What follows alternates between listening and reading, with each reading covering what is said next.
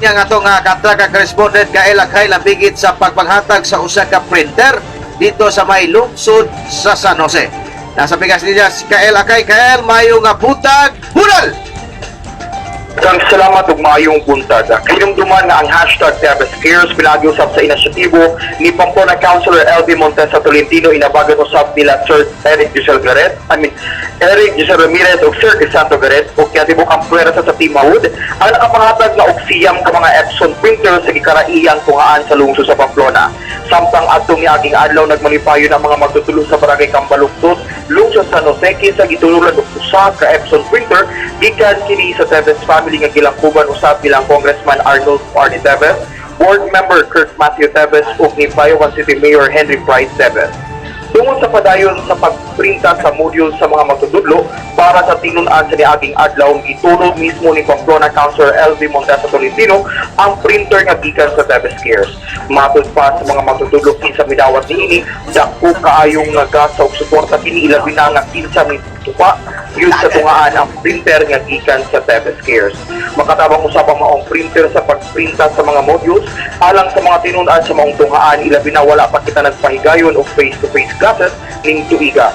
Saysay pa ni Consel LV Montesa Tolentino nga tungod sa pagserbisyo tinudanay, siya mismo mangitag paagi nga mahatagan og maayong serbisyo ang mga tao na hinahanglan sa iyang tabang. Sa dili pa maayong pagpaminaw ni Vice Mayor Donald Salma o ni Consel Tigboy Salma sa siyudad sa Tanhay.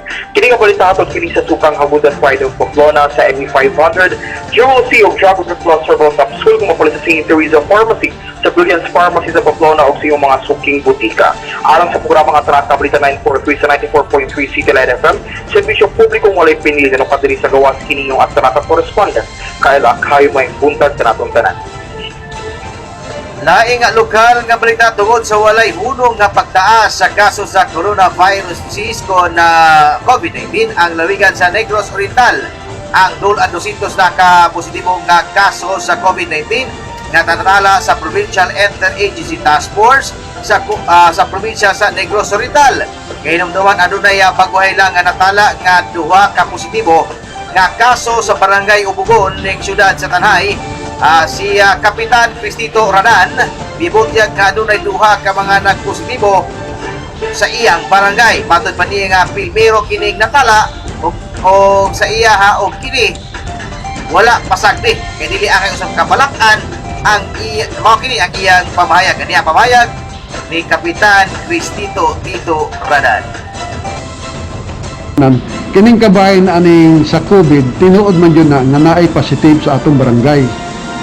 Number man ni pero dili ta angay mapanik ani tungod nga kini sila safety ni silang gibutang sa atong mga kuan diri doktor nga kinalang naa di kuan nga pareha ni home quarantine sila nga wala di ka gibantayan sila tanod hasta gani kini mga concerned citizen nga kining sa ilang mga silingan tabang punig bantay. So dili jud ta angay mapanik ani nila. So karon ang katong positive nato diri wala naman diha sa ilarong balay. Tuana dito sa kuan facilities kuan na to area na to tuana dito isolation facilities tuana dito gibutang.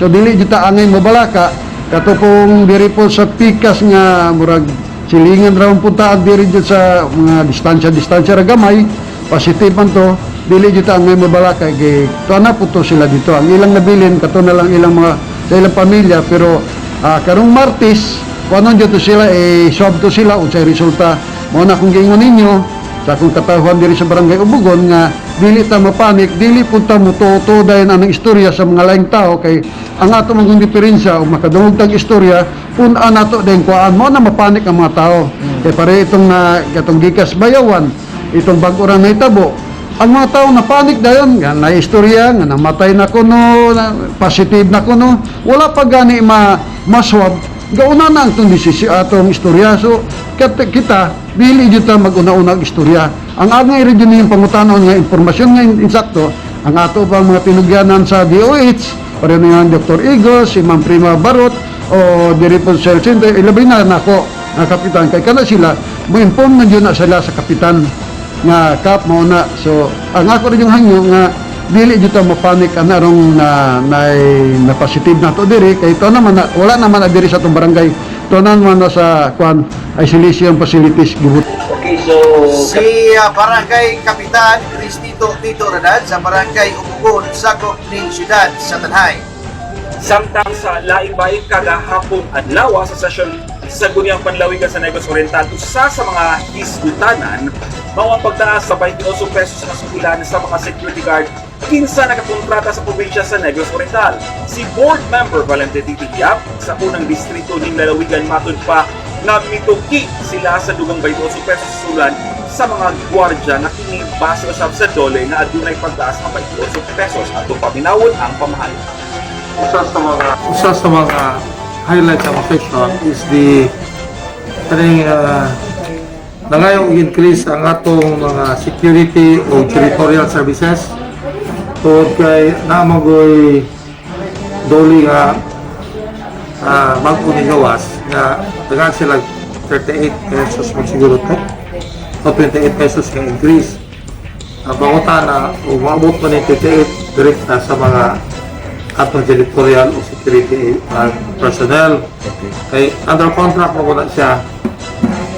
So refer niya sa legal tungod kay ang bidding sa contract na award ni mga April. Kaya na sila yung letter gipadala regarding sa reconsideration sa ilang na daog budget. So, importante kayo ang date sa di ko kasila kay kung wala kayo papers to show kaya ang circular sa DOLE kung ano sa photo na take effect. So, nakamang puno sa procurement na to sa RN 2184 nga kung adunay award nga contract na yun gama o circular ang DOLE after that obliged kita muhatag. Pero ang problema, kay contract mo gudi. Government man ang DOLE, ang atong security agency man private man sila. So kunang kinahanglan legal certification ayo. Okay? So yeah. Si board member Valente Titigiap. Daing katapusang balitang lokal tungod sa pipila ka nalang adlaw, muabot na gyud ang Pasko. Gani istagdan kayo ang lungsod o dakbayan nga giprosiso ang ilang 3rd month pay apan sa lungsod San Jose. Sa wala pa'y apita 15 ni bulan ng Nobyembre, nakadawat ng ilang kawani o trabante matod pa ni San Jose Vice Mayor Logronio aniyang iyang pamahayag. Employees o casual employees nakadawat na sa silahang o 14th month pay. Okay. Kay mandato man na dapat mahatag not earlier than November 15. So pag November 15 nadawat na yun nila ang ilang bonus. Dugang pa ni Vice Mayor Logronio nga tungod kay adunay mga job order usab sa ilang munisipyo kinsa tinuuray nga nagtrabaho og nagserbisyo sa ilang kining tagan usab pagtagan o pangitan usab kinigahin nga aduna sila madawat nga umalaabot ning Pasko sa mga job order. Panglungsod para mahatagan o mga pinaskuhan ng mga naningkamot o nanarbaho sa tuwang lungsod. Pagkakaroon, nanguikoy pa may o kwarta, nangita pa may o sa may kuha o pundo. Pero eventually, matagaan ko rin sila. Kay naningkamot man po niya sila, naningkamot po na ito ang kuhan nga ma-efficient ang ato ang lungsod. And then, pasalamat po niya sa ilang servisyo nga gihimo diri sa ato ang katawhan. Atong survey. Si Vice Mayor Milnick Logronio sa lungsod sa San Jose, sakop ng probinsya sa Negros Oriental.